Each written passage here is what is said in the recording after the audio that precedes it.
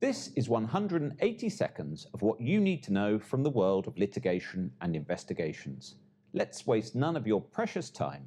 This is Disputes 180. Today we're looking at a recent Supreme Court decision dealing with the opt-in and opt-out pathways for collective proceedings brought in the Competition Appeal Tribunal. This type of claim can proceed in either of two ways: on an opt-in basis, where claimants actively join, or an opt-out basis, where everyone within the class is included unless they opt out. Opt-out claims are powerful because they aggregate very large classes and may significantly raise the stakes for defendants and create a pressure to settle. In this case, Mr. Evans brought a follow-on damages claim against a number of banks. He did so based upon the European Commission's findings of collusion in the foreign exchange markets. He applied to act as a class representative for collective proceedings, asking to represent the interests of tens of thousands of claimants and billions of dollars of alleged losses. The law gives the tribunal a gatekeeping role, allowing it to decide which route a claim proceeds down.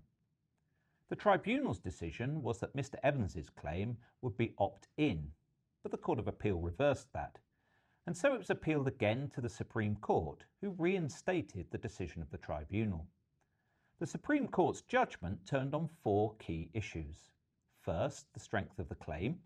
The tribunal had found the claim to be weak, particularly on causation, and the Supreme Court held that this was a legitimate and important factor which weighed against opt-out proceedings. Second, the practicability of opt-in proceedings. If it is practicable for a claim to proceed on an opt-in basis, then generally it should. Third were policy arguments, with the Supreme Court rejecting any presumption in favour of either opt-in or opt-out, explaining that the statutory starting point is one of neutrality. The tribunal's task is to consider the competing interests of both parties and strike a balance between them. Fourth and lastly, the court considered the use of third-party findings. The Supreme Court held that findings from another decision-maker are not admissible as evidence of the facts found. So what does the case mean in practice?